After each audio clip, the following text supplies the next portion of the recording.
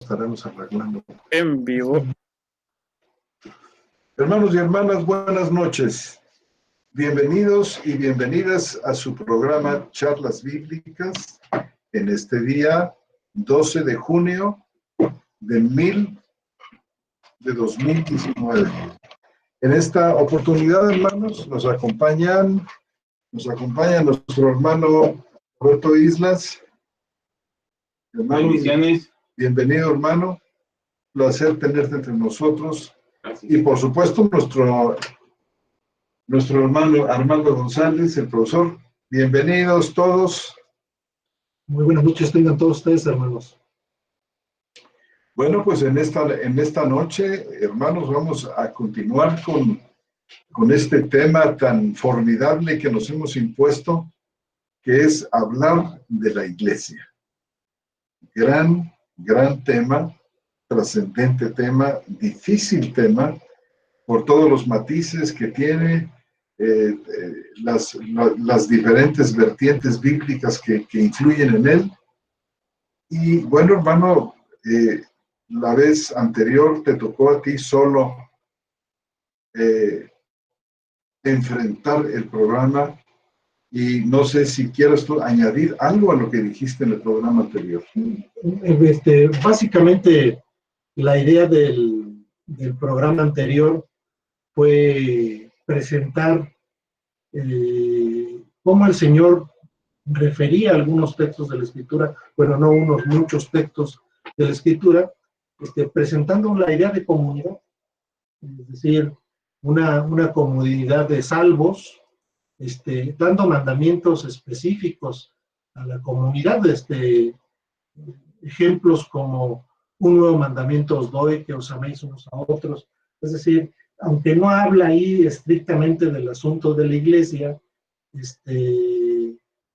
lo que hay ahí detrás es el mandamiento que da el Señor específicamente o tácitamente está referido a una comunidad ahí presente, aunque hay textos puntuales donde habla de la palabra iglesia, que yo no sé si en ese momento los apóstoles entendieron, principalmente Pedro, y me refiero, por ejemplo, a Mateo, en el capítulo Mateo, en el versículo 16, no sé si recuerdan, Mateo 16, ahorita les doy la referencia puntual, 16, 17 al 19, si gustan le damos lectura. En Mateo,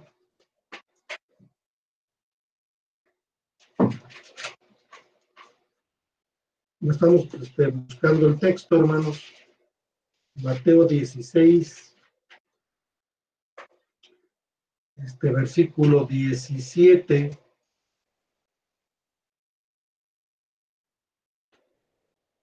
Y es a una pregunta exprofesa de parte del Señor Jesús, que les pregunta, ¿quién dicen los hombres que es el Hijo del Hombre? Y ellos les respondieron, nos dicen que Juan el Bautista, otros Elías, otros Jeremías. Uno de los profetas les dice, ¿y vosotros quién decís que sois? ¿Que soy yo? ¿Que soy yo? Respondiendo Simón Pedro dijo, tú eres el Cristo, el Hijo del Dios viviente. El 17, que es el versículo que hacemos referencia, respondió Jesús y les dijo, bienaventurado eres Simón, hijo de Jonás, porque no te lo reveló carne ni sangre, sino mi Padre que está en los cielos. Yo también te digo que tú eres Pedro, y sobre esta roca edificaré mi iglesia. Y las puertas del Hades no prevalecerán contra ella.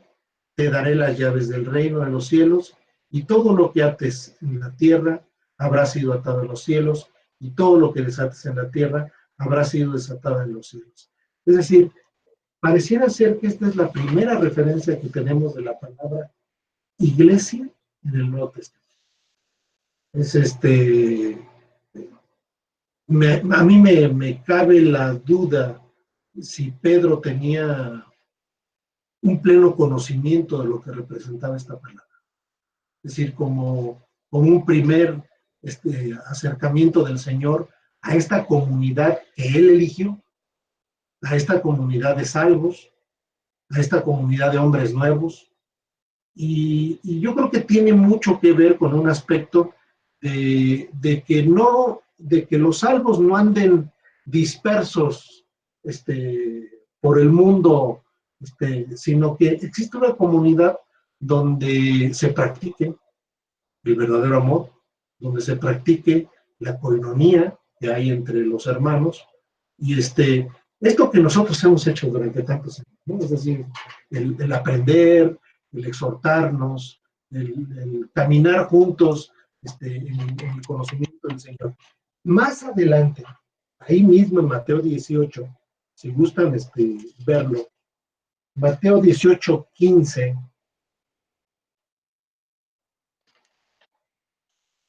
Fíjense, este texto es interesante. Este texto es interesante porque habla de parte de lo que esta comunidad puede vivir. O sea, de lo que la comunidad de alguna manera, a lo que está enfrentada la comunidad. Y dice, por tanto, si tu hermano peca, ve, repréndelo entre él y tú solos. Si te escucha, ganaste a tu hermano. Pero si no escucha, lleva contigo a uno o dos más, para que toda palabra quede firme por boca de 2 o 3 testigos. Y si rehúsa escucharlos, dilo a la iglesia. Y si rehúsa escuchar a los de la iglesia, sea para ti como un gentil, como el gentil y el publicano.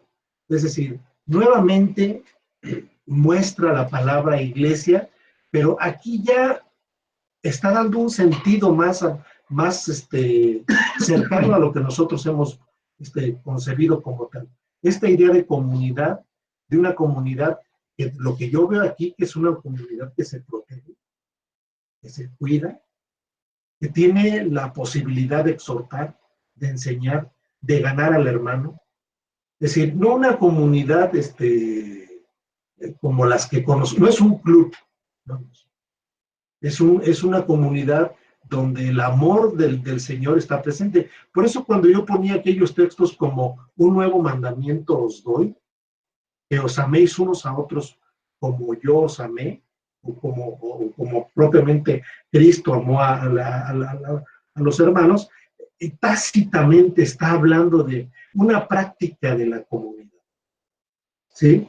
Entonces, todo esta serie de textos fueron los que de alguna manera estuve citando en el programa anterior, tratando de demostrar que existe realmente, que Dios quiere, que Dios instituye una comunidad. Hay muchos textos donde ya la iglesia primitiva tenía por costumbre reunirse.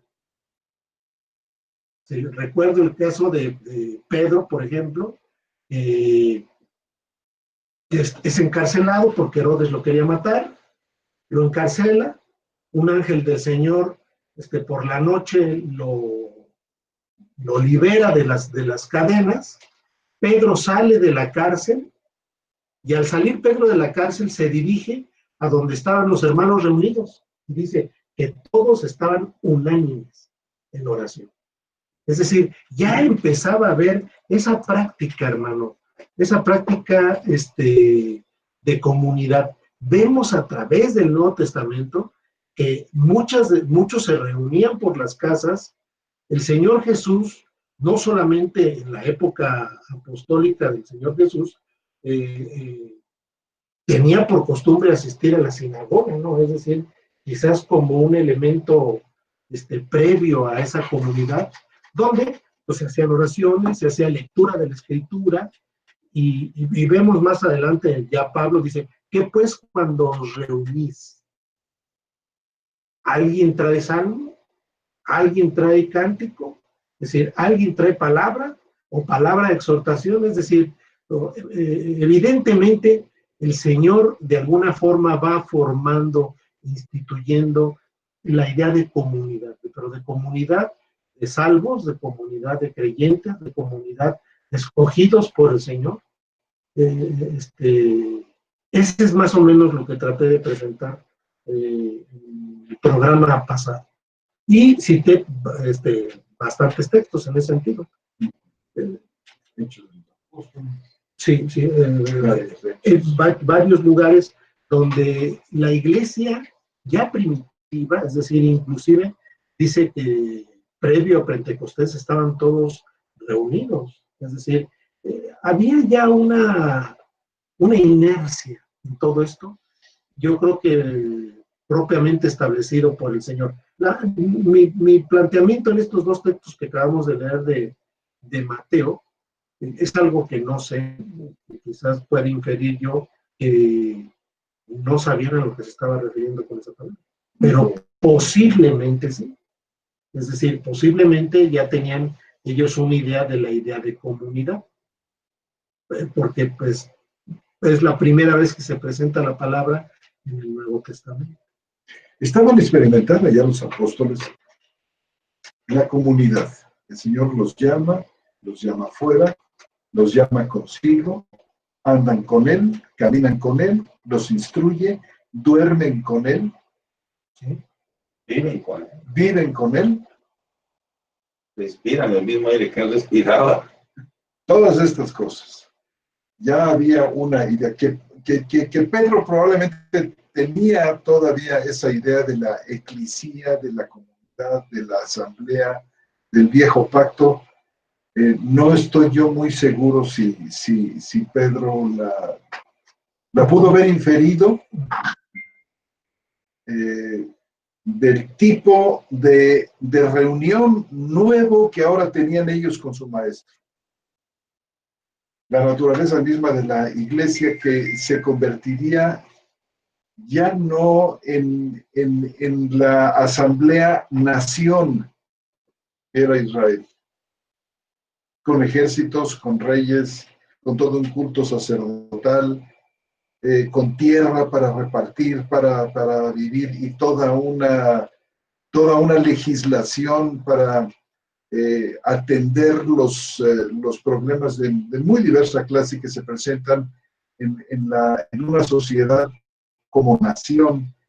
Ya la iglesia ya no sería nación, ya no tendría ejércitos, ya no tendría tierra. La naturaleza de esta comunidad era distinta a la de Israel. Y yo creo que nuestro Señor está anunciando cosas muy importantes en Mateo 16, en Mateo 18, y ahí mismo, fíjate, en el versículo 20 de Mateo 18, cómo se habla de la comunidad como el lugar donde el Mesías está. ¿Cómo dice? Dice, porque donde están dos o tres congregados en mi nombre, ahí estoy yo, en medio de ellos. Ahí estoy yo en medio de ellos.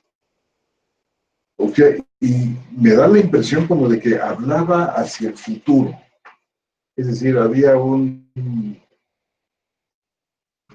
no solamente la cuestión momentánea, local, ocurrida con ellos, sino algo más profundo que, por supuesto, el mismo Señor va ampliando, va añadiendo detalles, va amplificando, por ejemplo, en el Evangelio de Juan, hasta que finalmente culmina con aquella palabra de Padre, yo te ruego que ellos estén en nosotros y nosotros en ellos, que es, creo yo, algo que tiene que estar muy cerca de este capítulo. Todos sean uno. O que todos sean uno. Por ejemplo, que está en San Juan 17, ¿no? Es decir, la oración que hace, no solamente ruego por esto, sino por los que han de creer en la palabra por medio de ellos, para que todos sean uno, ¿sí? Para que todos sean uno, como tú dices, como tú, Padre, en mí y yo en ti, que también ellos estén en nosotros, para que el mundo crea que tú me envías. Es decir, sí hay una idea no solamente una idea de conexión, sino ese mismo sentir que hay en términos de la palabra del Señor, ese mismo gozo que hay en términos de las palabras que el Señor mismo nos transmite. Sí, una comunidad especial, que a veces en las mañanas cuando oro con mis hijos, decimos una cosa que me gusta mucho, porque le pedimos al Señor, le dimos, Señor, oramos por tu iglesia, la que compraste con sangre. Y pedimos por sus necesidades, pedimos por los que tienen hambre, por los que tienen necesidades, pero esa iglesia que es tuya, la cual compraste con sangre.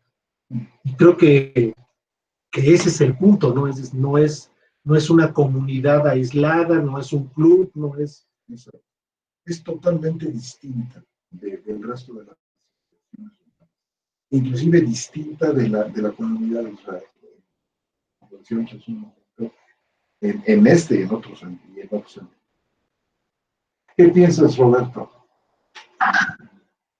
Creo que es un tema complicado, pero hay algo de fondo que han dicho y creo que lo han expresado muy bien, que la iglesia tiene que reflejar precisamente la esencia divina, trinitaria, en cuanto a la relación Padre, Hijo y Espíritu Santo. Es una comunión interior de relación profunda entre ellos, que en este texto de Juan 17, el Señor equipara. Como nosotros somos Trinidad y tenemos esta comunión, está diciendo, así debe tener la iglesia. Los creyentes así. Como nosotros, así los creyentes. Imagínate nada más la profundidad. Está hablando el Señor Jesucristo de la esencia divina, lo que en pocas palabras hace hacer Dios lo que es. Y es esta relación de comunidad. Y esta misma relación de comunidad es la que quiere que tengamos. Entonces es una comunidad verdaderamente especial, única, distinta a cualquier otro tipo de comunidad humana. Tú mismo lo dijiste hace un momento, perdón que te interrumpa. Israel como nación era una comunidad, pero esta otra comunidad que el Señor establece es diferente porque ni siquiera necesita eso. Primero, Él va a estar siempre cuando al menos dos estén reunidos.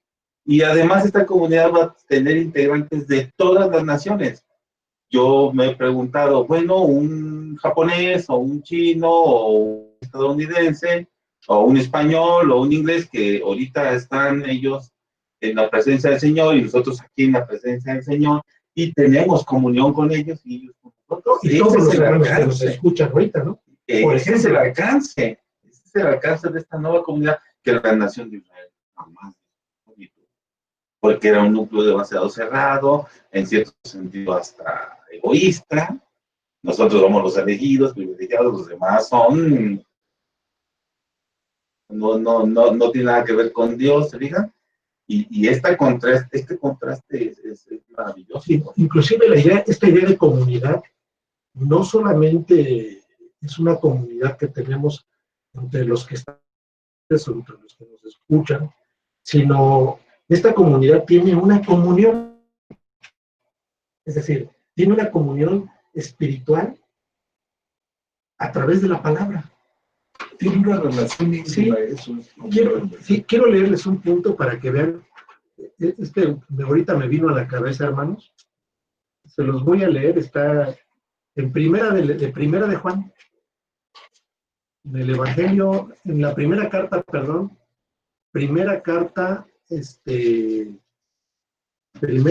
de Juan, capítulo 1, hermanos.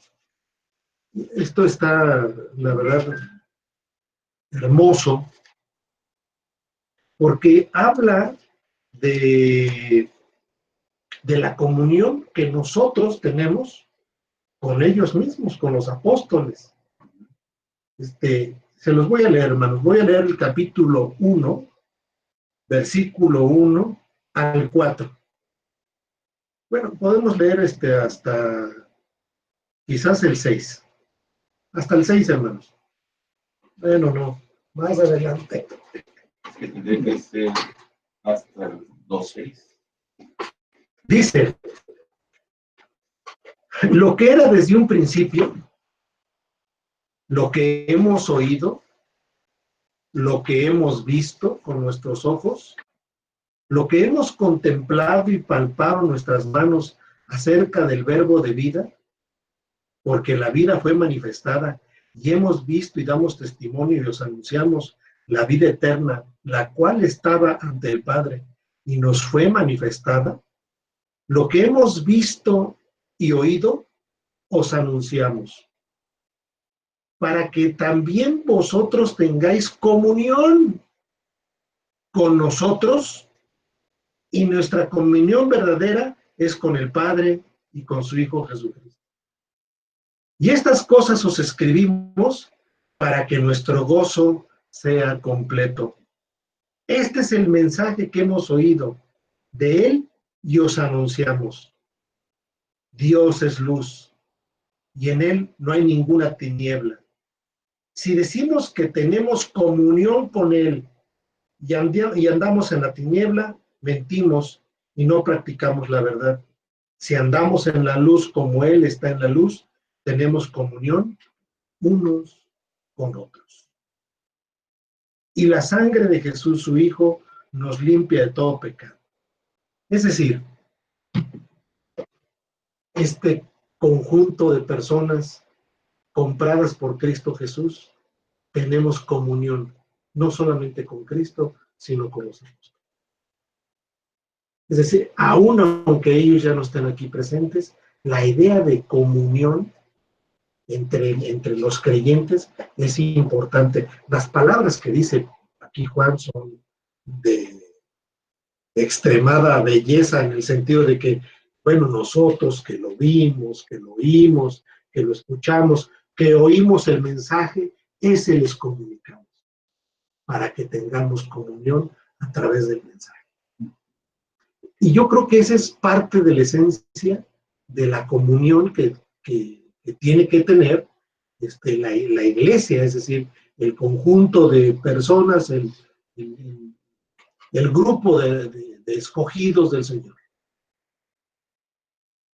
Comunión, la palabra quinonía, significa asociación estrecha, asociación profunda. Esto dice Danker en su lexicón, que es una joya. Dice él, quinonía, estrecha asociación en un interés compartido. Y dice, como compartida. Estrecha asociación o estrecha conexión. Esta es la comunión. Y me da la impresión como que de alguna manera se supedita la comunión entre creyentes con la comunión que tenemos nosotros con el Señor Trino y Uno a través de la palabra de Jesús. De los apóstoles dice, porque entonces tenemos comunión, dice, unos con otros. O sea, y esta estrecha conexión, yo creo que en los términos en los que Juan plantea no solamente la situación aquí en Juan, sino en la primera carta, sino en el Evangelio, es de una asociación verdaderamente profunda, verdaderamente íntima, ellos en nosotros, ni más ni menos. ¿Sí? Entonces, ¿quieres decir entonces no es una mera relación? No es una mera relación. Como por ejemplo aquí podemos hacer sociedades, clubs, en el que nos relacionamos. Eso, digamos, a mero nivel humano. Pero esta relación, de acuerdo con el texto que nos acabas de leer, no está en este nivel. Está en un nivel más profundo. En un nivel más profundo, por supuesto. Que, como dice el hermano, no tiene nada que ver con el hecho, como muchos acostumbran, inclusive dentro de círculos que se dicen cristianos, en el que se asocian como si se tratara de una especie de club místico con Dios. Pero no es esto. No es ni siquiera el estar de acuerdo con. sino es mucho más profundo, podemos decir ontológico. Sí. Y le pertenece como esencia. ¿Qué más podrías decir? Trascendente, porque lo dijo Armando, tenemos comunión con los apóstoles y lo está diciendo, él lo estaba diciendo cuando Juan escribe esto, lo estaba diciendo a otros que no estaban con él. Es decir, trascendente. Ustedes tienen comunión conmigo, aunque no me están viendo, ni están presentes aquí conmigo. Y la sigue teniendo con nosotros. ¿Sí? Y con todos los que Cristo... Sí, porque finalmente esta palabra nos llega, nos impacta espiritualmente. Él dice, y si hay esto, entonces nuestro gozo, ¿no? Sin él saber que 2000 años después iba a haber creyentes que estaban cumpliendo ese gozo que él mismo está expresando a través de la comunidad. Y bueno, sus palabras son de apóstol, estrictamente de apóstol, lo que vimos, lo que oímos, lo que vivimos con él. Eso nos transmitimos. Y no es un gozo meramente frente a la magnificencia y la belleza de las palabras, sino es un gozo impartido. Dios comunica su felicidad a nosotros, su alegría plena. Dios está encantado con su iglesia. Dios ama a la iglesia. Dios dio su vida por la iglesia. La ama y, por supuesto, esta tan deseada unidad, tan maravillosa unidad, sin duda alguna que es el deleite del Señor. De aquel Señor que decía el salmista, hay delicias a tu diestra para siempre. Ese gozo que se nos comunica y que nos hace intensamente dichosos y felices. Sí, yo allí quisiera compartirles, ayer en la tarde-noche leía yo una porción de la escritura que quiero compartirles con ustedes, hermanos, y que la encuentro en el sentido de que nosotros vemos que Pablo no solamente da el mensaje a los gentiles, no solamente lleva las buenas nuevas, no solamente es un apóstol del Señor, con todo lo que, sino que todas sus cartas van dirigidas a la comunidad. Es decir, me llama muchísimo la atención en ese sentido de que cada vez que dice, por ejemplo en Efesios, ¿no? Y yo doblo mis rodillas para que ustedes tengan el pleno conocimiento de Dios. Y lo está hablando acerca de la iglesia. Pero ayer leía Colosenses y veía yo la preocupación de Pablo hacia esta comunidad. Voy a leer Colosenses capítulo 2, un pedacito, hermanos, nada más. Colosenses capítulo 2, versículo 1. Y dice, porque quiero que sepáis cuán grande lucha tengo por vosotros. Es decir, había en Pablo un amor por la iglesia, por la comunidad. Dice, quiero que sepáis cuán grande lucha tengo por vosotros y por los que están en la Odisea. Y por todos, hablando de la comunidad, los que no han visto mi rostro en persona, para que sean consolados sus corazones, unidos en amor, hasta alcanzar toda riqueza de plena certidumbre del entendimiento, a fin de conocer completamente el misterio de Dios, Cristo, en quien están escondidos todos los tesoros de la sabiduría y del conocimiento. Digo esto para que nadie os engañe con sofismas, pues aunque estoy ausente en el cuerpo, no obstante en el espíritu estoy con vosotros, regocijándome y viendo vuestro buen orden y firmeza de fe en Cristo. Por tanto, de la manera que recibisteis a Cristo Jesús, el Señor, vivid en él, arraigados y sobreedificados en él y afianzados en la fe, como fuisteis enseñados, rebosando en acción de gracias. Esto lo leía yo ayer, decía, es palabras para la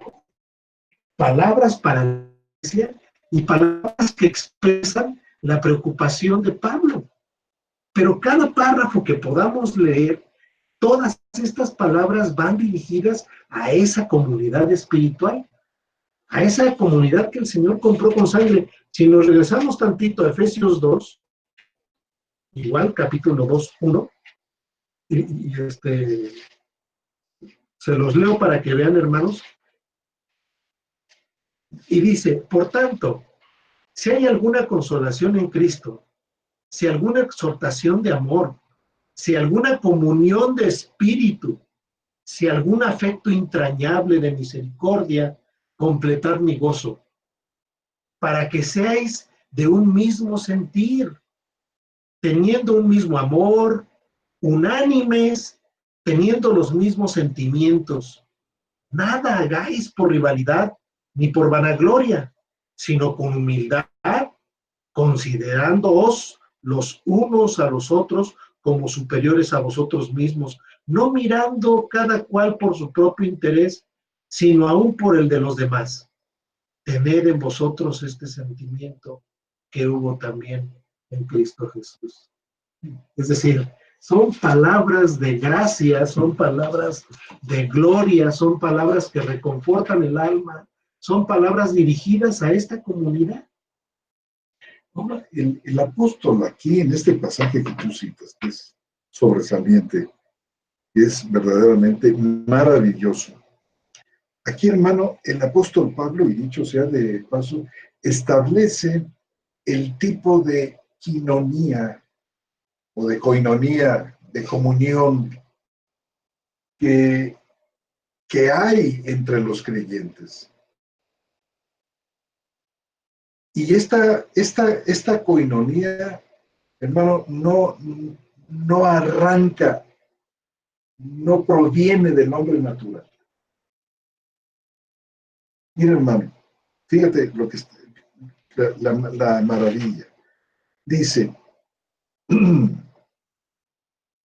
teniendo un mismo amor, unánimes, teniendo los mismos sentimientos. Nada hagáis por rivalidad, ni por vanagloria. Cuando toda la historia del hombre, toda la historia humana está precisamente En sentido fundada, gira en torno a lo opuesto a estos valores que está citando Pablo. Porque todo se hace por rivalidad, porque todo se hace por vanagloria, todo se hace por el orgullo y la soberbia, no con la humildad. Dice, considerándoos los unos a los otros como superiores a vosotros mismos. Es exactamente lo opuesto cuando todo el mundo ve por arriba del hombro a los demás. Cuando todo el mundo busca solamente su propio interés, su propio bien.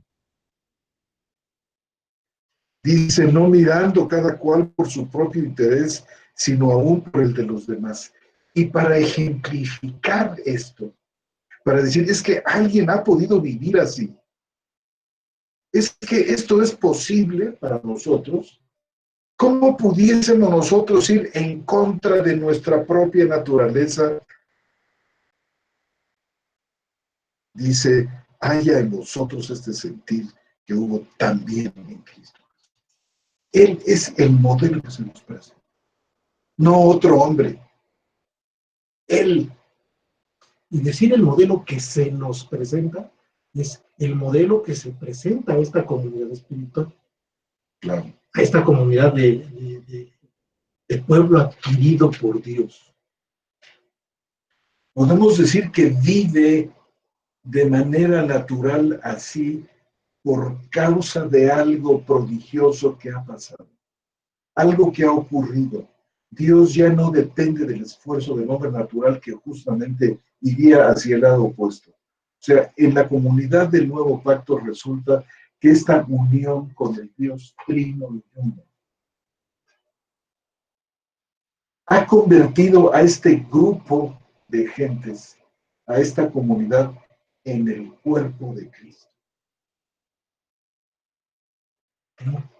Y define esta unidad trinitaria, define la naturaleza de la comunidad como cuerpo de Cristo que no pertenece a este mundo. Fíjate, hay dos pasajes. ¿Te acuerdas? Uno dice,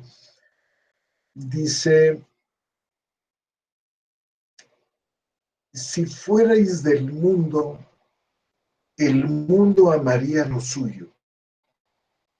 Pero como no sois del mundo, no sois del mundo, sino yo os elegí de entre el mundo, por esto el mundo os aborrece. Y además hay un antagonismo, por supuesto, así como hay un antagonismo entre estas dos tendencias espirituales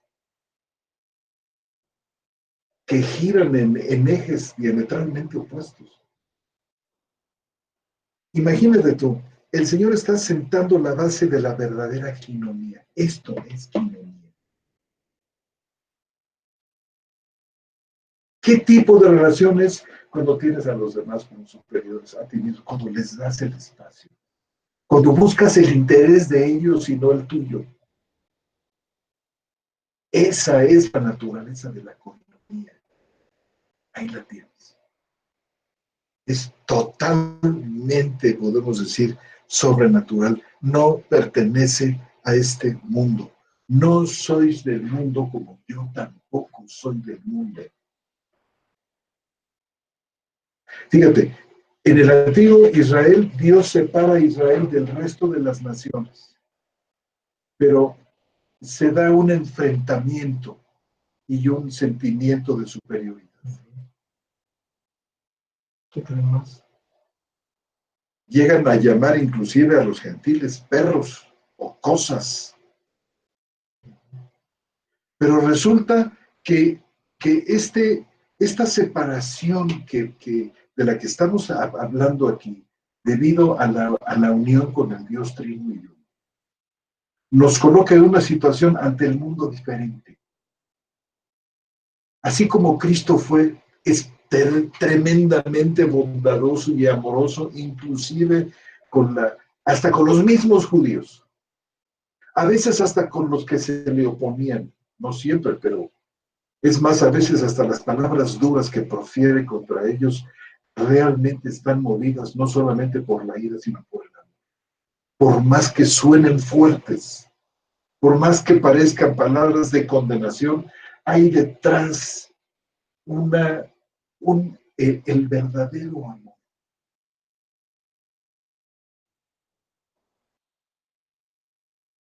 Y entonces somos colocados nosotros, la iglesia, dice, como luminares en medio de la nación maligna, no aparte de ella, sino en medio de ella.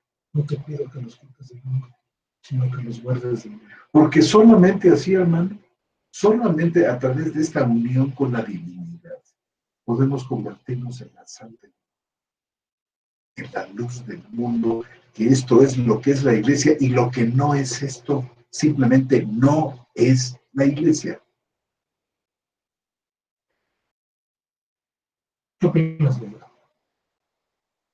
La respuesta es sí. Existe una pregunta. Que si ha habido una iglesia que haya reflejado esto de Efesios 2, 3 y 4 que leíste, la respuesta es sí. Por lo menos Pablo lo está reconociendo. Quizás ahora nos sea más difícil verlo. Quizás ahora nos sentimos más alejados de eso en las iglesias, en las comunidades que vemos ahora. Pero sí hay modelo.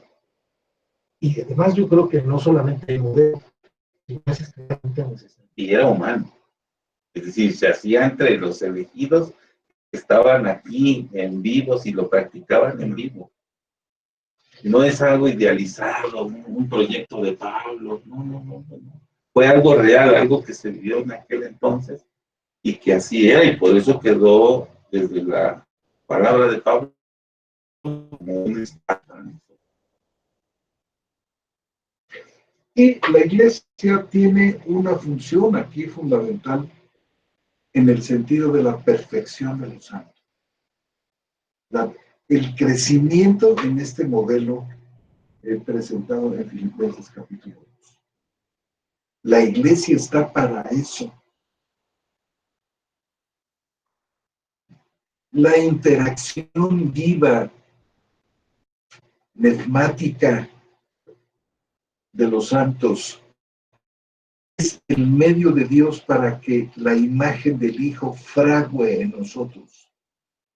Es por la participación, dice Efesios 4:16, por la obra de cada uno, que nosotros somos transfigurados en Cristo, en la perfección de Cristo. No fuera de este involucrar nuestras vidas profundamente y llevar unos las cargas de los otros.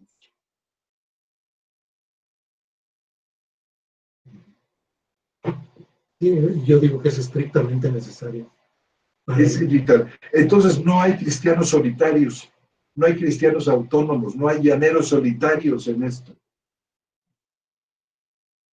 Ni tampoco hay o puede haber cristianos pasivos que domingo tras domingo van a una especie como de escenario para visualizar, para ser testigos de un show religioso de 2 o 3 superestrellas que se disputan el poder y la autoridad, sino es el trabajo compartido de todos. Es decir, convertimos en la verdadera iglesia de Cristo en pastores los unos de los otros. Y la antigua pregunta que Dios le hacía a Caín: ¿eres tú acaso? Dice, ¿dónde está tu hermano? Y le contesta a Caín, ¿soy acaso yo guarda de mi hermano?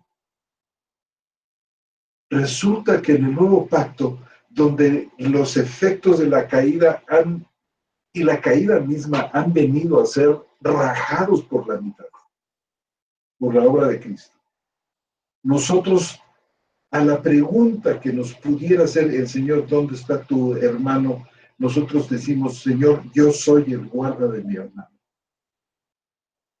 No como una pregunta retadora, sino como una gozosa afirmación del papel que ahora tenemos. Y que tenemos que ser conscientes de ello. O sea, sí tenemos que tener una plena conciencia de lo que representa esta idea de comunidad. ¿Sí? Es decir, hay algunas prácticas que nosotros hemos ejercido por esta unanimidad que tenemos, no de ahorita, sino de muchos años, lo cual nos ha permitido crecer, lo cual nos ha permitido amarnos entrañablemente, lo cual nos permite convivir, no como el mundo lo hace, sino en estas palabras precisamente, en esta comunión que habla el apóstol San Juan, que a veces yo creo que es muy conveniente para toda la iglesia que no solamente sean reuniones dominicales, sino que se procuren entre semana, que se procuren entre los días, que se visiten, que se digan cómo está mi hermano. Es decir, sí hay una cuestión muy necesaria en términos de esta congregación, de esta comunión que hay entre los cristianos. Lo creo yo vital. Ahora, ya en la práctica, digo, porque pensando en cómo están las iglesias, ¿no? Las iglesias locales, en la práctica, bueno, pues los hermanos pueden pensar muchas cosas respecto de esto, diciendo, es que no me gusta ir a molestar al hermano, es que cuando llego me siento incómodo, y entonces a lo mejor estamos hablando de un plano de mera relación, pero no de comunión. Porque si fuera una verdadera comunión, entonces ni siquiera se pensaría en esto.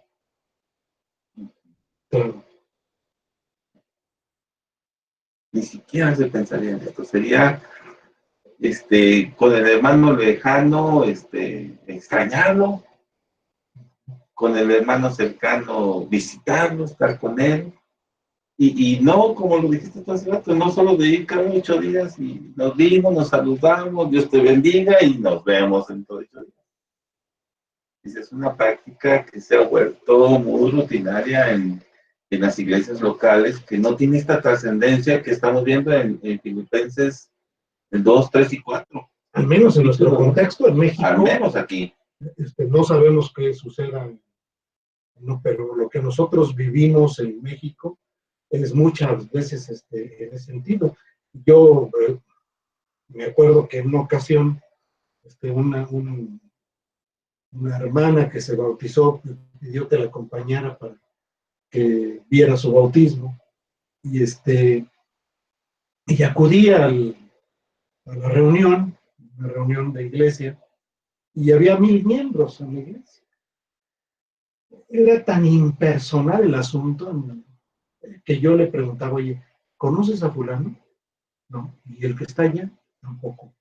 Es decir, se hace tan impersonal. Y esa gente se reúne así cada 8 días. Y yo me preguntaba, ¿realmente la persona que está allá al frente, de alguna manera liderando, conoce las necesidades de todos? ¿O saber que existen? O saber que existen. Es decir, yo a veces no comparto mucho la idea de que estas comunidades sean tan numerosas. Es decir, mi pregunta es, ¿se sabrán los nombres de todos? Y cuando sube al frente, empieza de alguna manera, pues vamos a decir, enorgullecerse, porque decía, estamos 1000 congregados. Y yo decía, bueno, ¿conoces el nombre de todos los 1000? Yo creo que ahí se pierde la esencia de lo que estamos leyendo en Pablo. Es decir, a lo mejor esa idea de reunidos, no en unas comunidades tan grandes, porque vemos en la televisión que hay comunidades extremadamente grandes y con toda seguridad no se conocen. Difícilmente se conocen, difícilmente puedes ver a tu hermano y saber qué necesidad, o qué nombre tiene, o cuántos hijos, o quién es, qué hace. ¿Sí me explico? Entonces, cuando vemos que se reunían, por ejemplo, por las casas, es decir, evidentemente no se reunían 1000 en una casa. Es decir, se reunían los que podían de alguna manera caber en la casa y todos conocían sus necesidades. Entonces, esta idea de comunidad que hemos venido platicando, no solamente el Señor la promueve a través de todo lo que hemos visto, sino la crea y se hace estrictamente necesaria para la vida de la comunidad. Fíjate que vivir en comunidad es algo que no solamente los cristianos, sino mucha gente desea.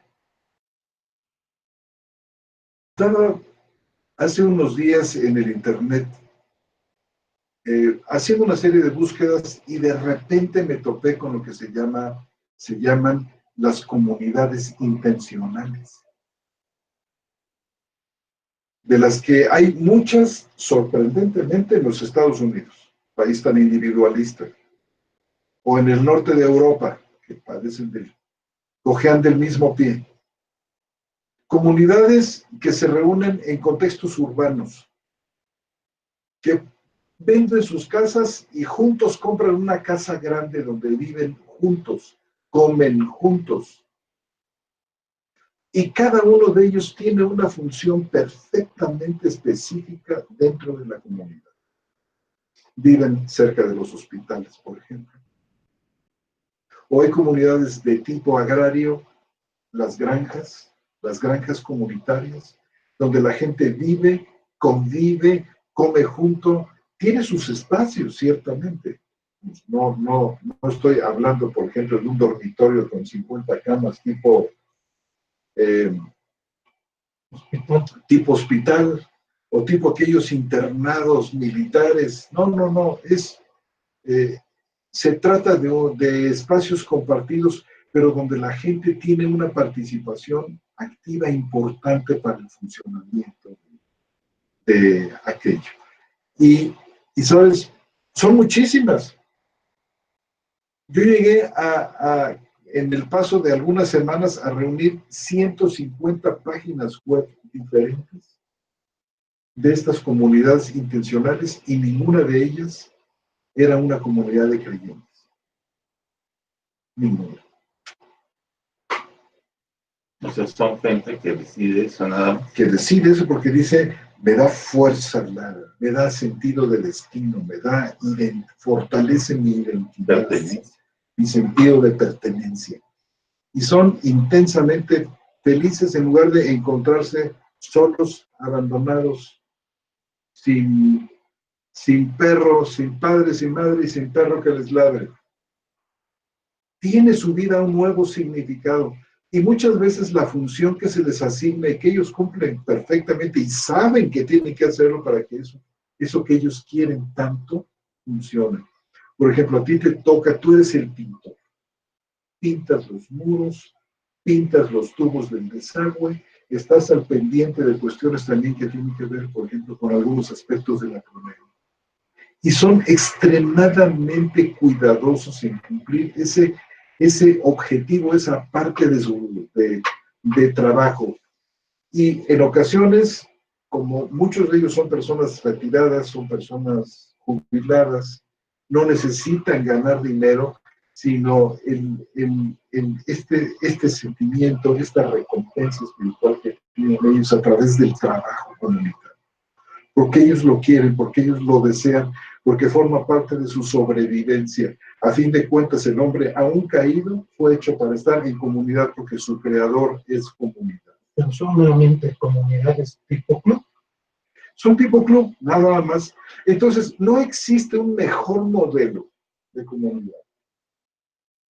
No existe algo más grandioso que la iglesia. En comparación con todas estas comunidades intencionales, no hay parangón, no hay manera de comparar la riqueza, la profundidad, el sentido verdaderamente de llenura, por ejemplo, que provoca este tipo de cosas que estábamos leyendo en Filipenses. Es en este contexto que se puede, es en este contexto que se da, y el sentimiento de realización profunda y podemos decir de felicidad se da en el servicio. Por eso nuestro Señor cambió el concepto de autoridad. No, dice ustedes que quieren ser grandes, si quieren ser grandes, sean los servidores de los demás. El servicio se convirtió, el servicio desinteresado, se convirtió en la clave de su nueva comunidad, de su eclesía.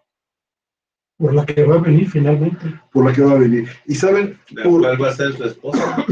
Y luego, ¿por qué parece, como dice nuestro hermano, ya en términos de la práctica y de la vida diaria, por qué parece que no hay tal cosa?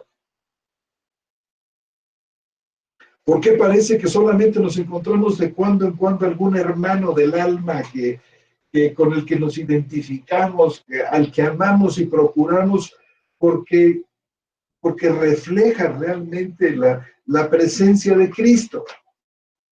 ¿Y por qué no está en los 800 o 900 o 100 o 50 o 70 personas de estas iglesias, sino que tal parece como que cada quien sigue viendo para lo suyo propio? Y yo creo que la continuidad de estas charlas nos va a llevar a la respuesta de por qué no está ocurriendo, por qué lo que debe ser el estándar de cada día se vuelve en solamente los ejemplos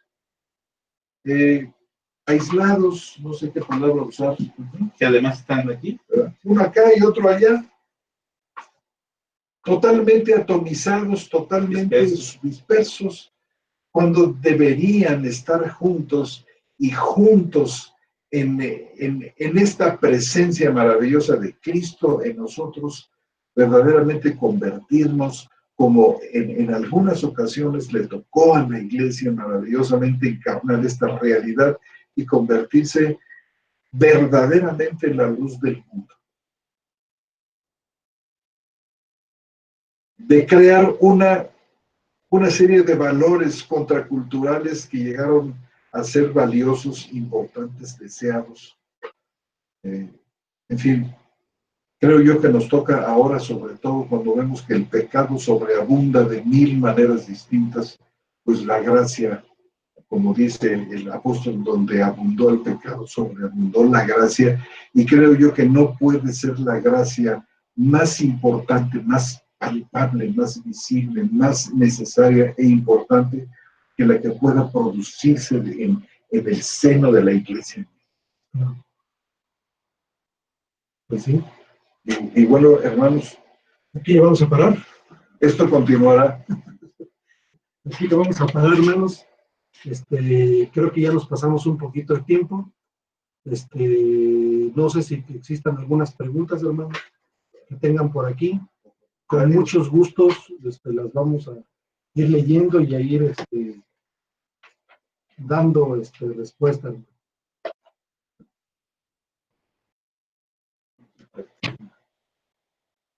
Qué temazo, hermano, no la dejo. Seguramente tenemos por aquí, hermano. Dice nuestro hermano Jesús Lozada, nos hace favor de poner los comentarios de varios hermanos. Muy buenas noches, hermano Jesús Lozada, Dios lo bendiga. Nos escribe Fabián Lorenzo Lizana Ávila, saludos desde Chile. José Salvador Espina, bonita y bendecida noche para todos ustedes, amados hermanos. Bendiciones de San Juan, Argentina. René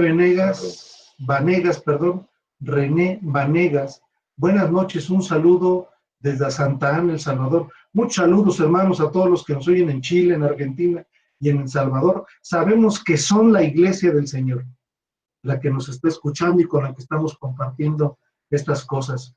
Rodolfo Suazo dice, muchas bendiciones desde Chile, Santiago, comuna de la Florida, paz y gracia de nuestro Señor y Salvador Jesucristo.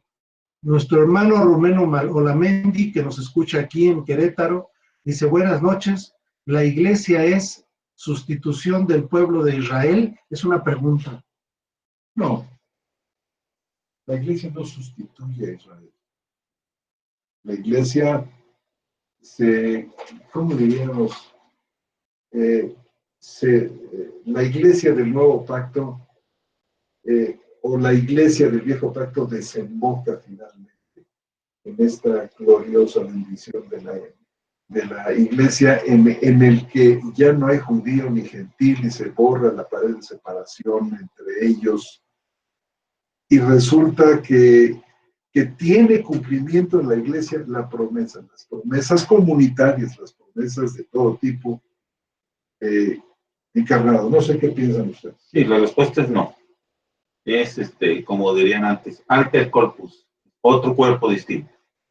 Otro cuerpo distinto. Lo que el Señor Jesús vino a hacer es algo muy diferente a lo que había hecho, digamos, con el pueblo de Israel. Y es esta iglesia que vamos a ir conociendo poco a poco conforme vayan avanzando estas charlas, que apenas han empezado y que apenas van 2. Entonces, será cuestión de que tengan un poco de paciencia, ¿verdad?, para ir detallando y entrando en las minucias de la escritura al respecto, que es la segunda apenas. Y hermano, estás cordialmente invitado Sí, para sí, los sí, hermano. Tú aquí tienes tu lugar con nosotros.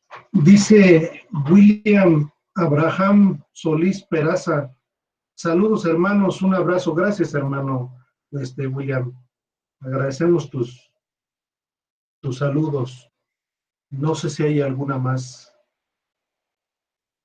Muchas gracias por su participación, por sus saludos. Hermanos, los tenemos presentes y los amamos. Oren por nosotros, hermanos. Oren por nosotros. Si hay alguna otra palabra, mira, parece que alguien está escribiendo por ahí. Dice, hermanos, gracias por la exposición, que Dios los bendiga, estamos escuchándolos desde Mississippi, Estados Unidos. Saludos, qué bendiciones, hermanos. Qué gusto saber que nos escuchan por allá. Me parece que el resultado de la iglesia contemporánea es el resultado de la intervención de Satanás dentro de lo que Dios ha creado. No entiendo el comentario. Dice, me parece que el resultado de la iglesia contemporánea es el resultado de la intervención de Satanás dentro de lo que Dios ha creado. Bueno, aquí yo difiero un poquito, quizás más adelante podamos matizar un punto este aspecto, contextos importantes, fundamentales, que van a ir clarificando este aspecto, ¿no? Así, podemos hablar puntualmente acerca de eso. Yo tampoco estaré muy de acuerdo de entrada, por cómo lo entiendo, pero no sé, a lo mejor quiere decir otra cosa, a lo mejor está pensando en algún texto como la Teo y la cizaña, no lo sé. Sería cuestión de analizarlo un poquito. Y que los hermanos se explayaran un poquito más. Sí, quizás nos explicar un poquito más para ver hacia dónde va el comentario bien. Hermanos, el tema de la iglesia es, háganse de cuentas, como una gran sombrilla. Dentro de ella hay una multitud de temas que se entrelazan, que forman el gran tema de la iglesia, y creo yo que darnos el tiempo para ir explorando Poco a poco, sí. Explorando poco a poco va a ser de inmensa utilidad para todos nosotros. Ir comprendiendo paso a paso. Dice nuestro hermano Fabián Lizana, dice, Constantino robó el carácter de familia a la iglesia, haciéndolo institución que hasta el día de hoy ha quedado establecido, y qué difícil es que los hermanos entiendan cómo era y debe ser la iglesia. Hermano, es cierto, es cierto lo que usted está diciendo, y vamos a un poco más adelante hablar de esta iglesia que descubrió, podemos decir, el gran historiador Leonard Verduin. Esta iglesia clandestina, subterránea, que desde los días de Constantino hasta bien entrados los años de la Reforma, existió. Estuvo ahí presente en todo lo que fue la zona del Mediterráneo, una iglesia que vivió, pero aparentemente como a la sombra, pero lo hizo por sobrevivencia, y resulta que se multiplicó inmensamente. Este es un capítulo verdaderamente glorioso de la historia de la iglesia que en su momento vamos a tocar. Fabián Isana dice, Leonard Verduin tiene un excelente libro inglés donde habla sobre los disidentes. Efectivamente, hermano, mire, no había leído su otro comentario. De hecho, tiene 2 libros. No sé si sepa usted y sepan nuestros hermanos y hermanas que Leonard Verduin publicó 2 libros muy importantes. Uno se llamaba La anatomía de un híbrido, donde habla de las relaciones iglesia-estado. Otro es los reformadores y sus hijastros, que viene a ser el tomo 2 de estos 2 libros, todavía en inglés, traducidos al castellano. Ojalá que el Señor permita, porque es una historia verdaderamente gloriosa y magnífica, y el trabajo de Verduin como historiador es gracias, hermano Lizana, por recordarnos esto. William Abraham Solís Peraza. Dice, algunos ven a la iglesia primitiva algo así como comunista. ¿Qué opinión tienen de esto? Bueno, depende de cómo definimos comunista. Nosotros vemos en el comunismo corrupción, vemos en el comunismo estar por encima de los demás. Vemos en el comunismo un sistema fallido, económico. Es decir, podemos hablar de las bondades del comunismo, ¿sí? Como un sistema opresor. Eso es lo que hemos visto del comunismo. Es decir, yo no creo que la iglesia primitiva tenga el sentir, no creo que el comunismo tenga el mismo sentir que hubo en Cristo Jesús. Si lo dice, quizás porque hubo una participación entre los creyentes de muchas cosas, el elemento de las cosas en común. Yo no creo que esta sea una de las características del comunismo. No, es que el comunismo es un sistema económico-político obligatorio. Es decir, la distribución, por ejemplo, que se hacía sobre todo en la Unión Soviética, era una distribución ordenada por el Estado. Es un Estado. La iglesia no tiene nada que ver con eso. Ni siquiera la iglesia primitiva tenía esto. Acá estamos hablando de un señor que provee para su iglesia y que distribuye dentro de su iglesia dones, trabajo, actividades. Es una cosa muy diferente. Yo creo que no hay ni siquiera una relación cercana de lo que es la iglesia con el comunismo. Acá estamos hablando de un sistema de Estado. Y acá estamos hablando de una comunidad de creyentes, que además, ya lo dijimos hace un momento, trasciende las fronteras. Tenemos comunión ahorita con ustedes, hermanos, allá en Argentina, ¿dónde dijeron? Sí, El Salvador. Y el Señor está aquí porque estamos más de 2 reunidos en su nombre, y también el Señor está allá. Es trascendente, es una comunión espiritual, es una comunión de una relación íntima que tenemos con ustedes y ustedes con nosotros, que no tiene nada que ver con el mero hecho de distribuir bienes entre la comunidad.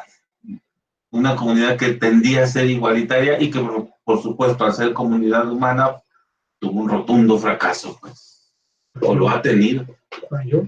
¿Lo ha tenido? La iglesia no. Dice nuestro hermano Jorge Galicia, sí, no me estoy saltando ninguno, no. Saludos hermanos, Dios los bendiga y seguiré pendiente sobre el tema. Estoy apenas descubriendo la realidad de la iglesia institucional y la iglesia que Dios formó. Muchas gracias, hermano.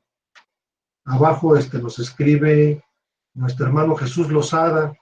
Dice, saludos hermanos. Estas iglesias, ay caray. Dice, estas iglesias en casa son continuidad de la obra de los hermanos de Plymouth, de Darby, promotor del futurismo, dispensacionalismo durante fines del siglo XIX, ya que son la fuente contemporánea más reciente de este tema. Yo desconozco. Bueno, hermano Rosada, antes quisiera dar una palabra a mi hermano Galicia. Sí, realmente hay una diferencia entre lo que se llama iglesia institucional y la iglesia que nosotros vemos en las páginas del Nuevo Testamento. De esto vamos a ir hablando paulatinamente, poco a poco, para ir descubriendo aspectos, matices, detalles o características de los creyentes que forman esta comunidad. Sí, es que el aspecto institucional es meramente aquí en el plano humano, pues, nada que ver con lo que estamos diciendo nosotros. Claro. Ahora, hermano, mi querido hermano Jesús Lozada, el hermano se refiere a los hermanos de Plymouth, unos hermanos ingleses que dieron nacimiento a los famosos hermanos libres, con una concepción de iglesia menos formal que la que privaba en la Inglaterra de aquellos días, esas comunidades metodistas wesleyanas que en su tiempo también reflejaron pues podemos decir una mayor libertad para los creyentes, se volvieron a encasillar y entonces los hermanos de Plymouth se levantan para querer dar a la participación de los creyentes un mayor espacio. Pero, hermano, ha venido resultando que en algunos lugares estas comunidades de Plymouth se han convertido en aquello que no querían ser. Generaron siempre. Que negaron.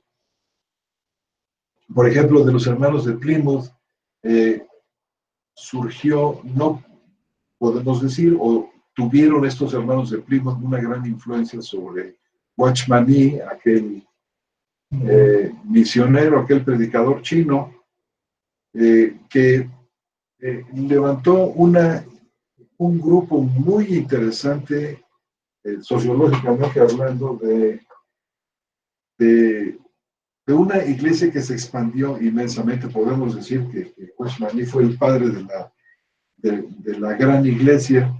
Watchman Nee pensaba, por ejemplo, en la iglesia cristiana normal, en su libro, estaba pensando en iglesias de muchos miles, con el inconveniente que mencionaba nuestro hermano Armando. No conocemos el nombre de la persona que está delante. No sabemos si la persona de atrás perdió su empleo y tiene 5 minutos.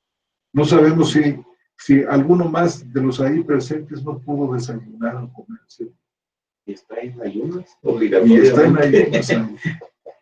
Y como decía el Jacobo, dice, no le podemos decir que todavía viene, caliéntate. Sí, Dios te bendiga. Y Dios te bendiga. O sea, que tal parece que en el Nuevo Testamento se avisora la necesidad, dado el tipo de relación que nuestro Señor instituye para su iglesia, de grupos más bien pequeños. Yo creo que sí, pero eso tenemos que verlo con detalle. Todo tenemos que verlo con detalle para no llegar de repente a rajatabla, a decir algunas cosas que no convenzan a muchos porque no hemos tratado el fundamento bíblico sobre el que descansa adecuadamente. Y nuestra idea, hermanos, en estas charlas bíblicas es que podamos nosotros, sobre la base de la Escritura, fundamentalmente, ir descubriendo juntos aspectos, detalles, ir armando, fundamentando las posiciones, hermanos, lo que pensamos nosotros que la Escritura enseña. ¿Qué más dice aquí, hermano? Dice Leilani Trejos, ¿cuál es el tema? El tema que estamos empezando, hermano, introduciendo es la iglesia. Bueno, pone el origen de la iglesia. Estamos empezando a ver los fundamentos que establece el Señor Jesús para la iglesia. Fabián Lizana dice que Calvino pudo ser instruido por uno de ellos, los clandestinos. Eso dicen. Eso dicen, que Calvino aprendió su calvinismo de uno de sus hermanos clandestinos, aunque digo, no se ha podido probar, pero... Se dice que Verduin tuvo acceso hasta en el Vaticano para tener información sobre los disidentes o la verdadera iglesia. Es cierto, hermano.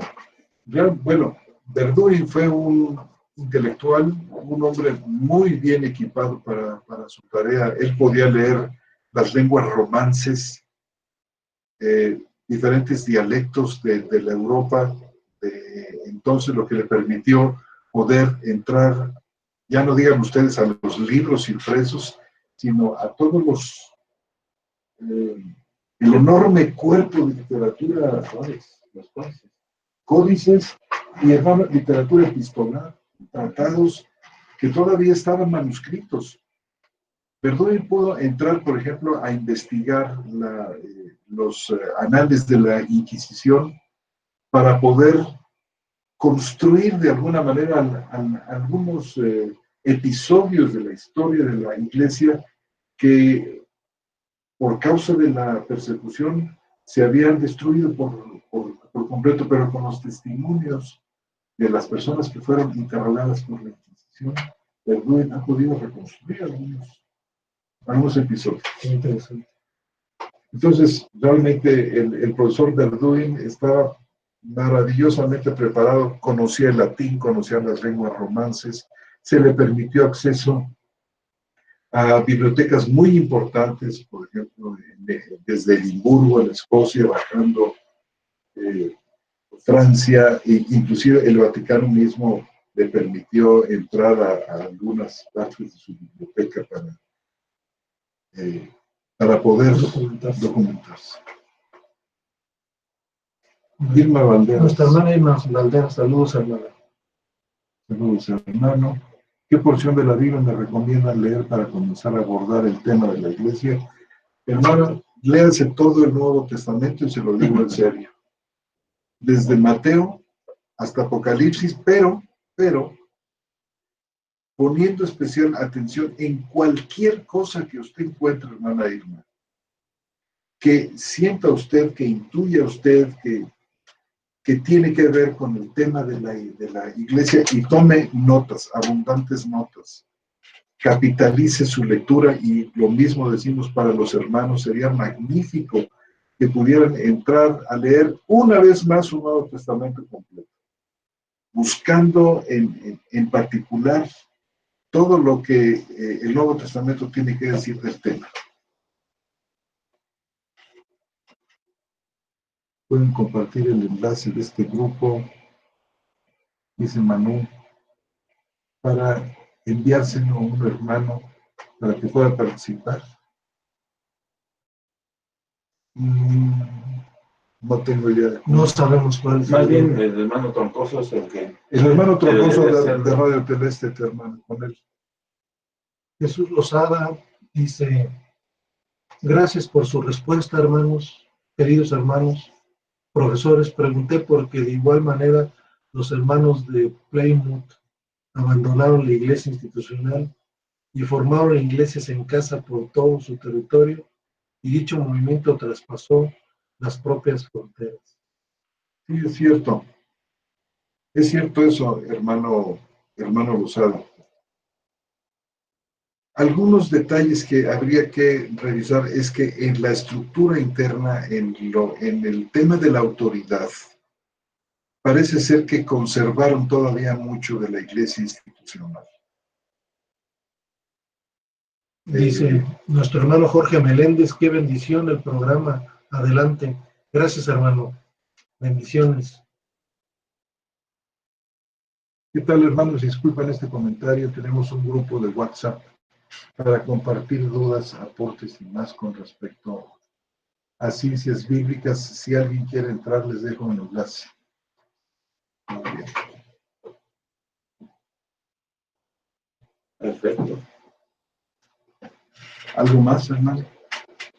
Dice Miguel Lueiza: gracias y paz, amado.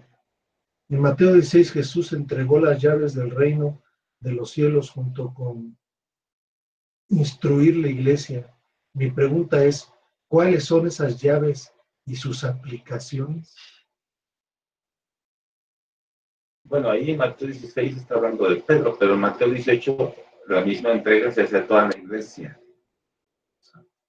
Y ahí mismo dice que se refiere pues a este atar y desatar de la iglesia, que ya lo iremos explicando más adelante, hermanos. En términos del Evangelio. Sí, si nos tienen un poquito de paciencia, con gusto todas estas, es particularmente este punto que será un punto importante más adelante, se explicará en detalle. Sí, vale la pena. Con las puertas se abre y con las puertas se cierra. Con las llaves se abre y se cierra. Por ahí va. Sí, por ahí va. Dice: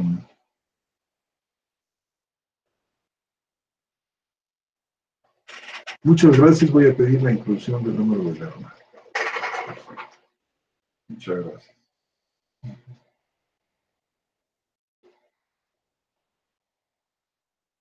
Ahí tiene que haber un uso judío, ¿verdad, hermano? Sí. El permitir o no permitir. El atar y desatar, sí. Pero requiere más tiempo, hermano. Sí, explicarlo. Y además es un punto muy importante. Así es. Quizás convenga para el hermano que hizo la pregunta como tarea, no solo que lea el 16, sino lea el 18 del mismo Mateo, y vaya cotejando textos para que vaya teniendo un poquito de trasfondo, y cuando lo platiquemos, pueda ya ir asentándolos. Es muy importante lo que dices. Las llaves se le entregan a Pedro, Mateo 16 y a toda la iglesia en el capítulo 18. Creo que va del 16 al 18. Sí, es toda una secuencia. Y es importante la secuencia. Bueno, pues mis amados hermanos y hermanas, se ha hecho tarde, sobre todo para algunos y algunas que viven en lugares diferentes y tenemos 3 horas de distancia con ellos. Ha sido un placer y una bendición estar con ustedes. Qué bendición que nuestro hermano Roberto nos acompañó esta noche. Abierta la invitación. Bendiciones, hermano. Aquí estaremos si Dios lo permite. Muy buenas noches tenga toda la iglesia que nos escucha, que está al pendiente de nuestras charlas bíblicas. Bendiciones, hermanos. Y que tiene comunión con nosotros. Igual como lo leemos, claro. Se me había pasado platicarles que nuestro hermano Roberto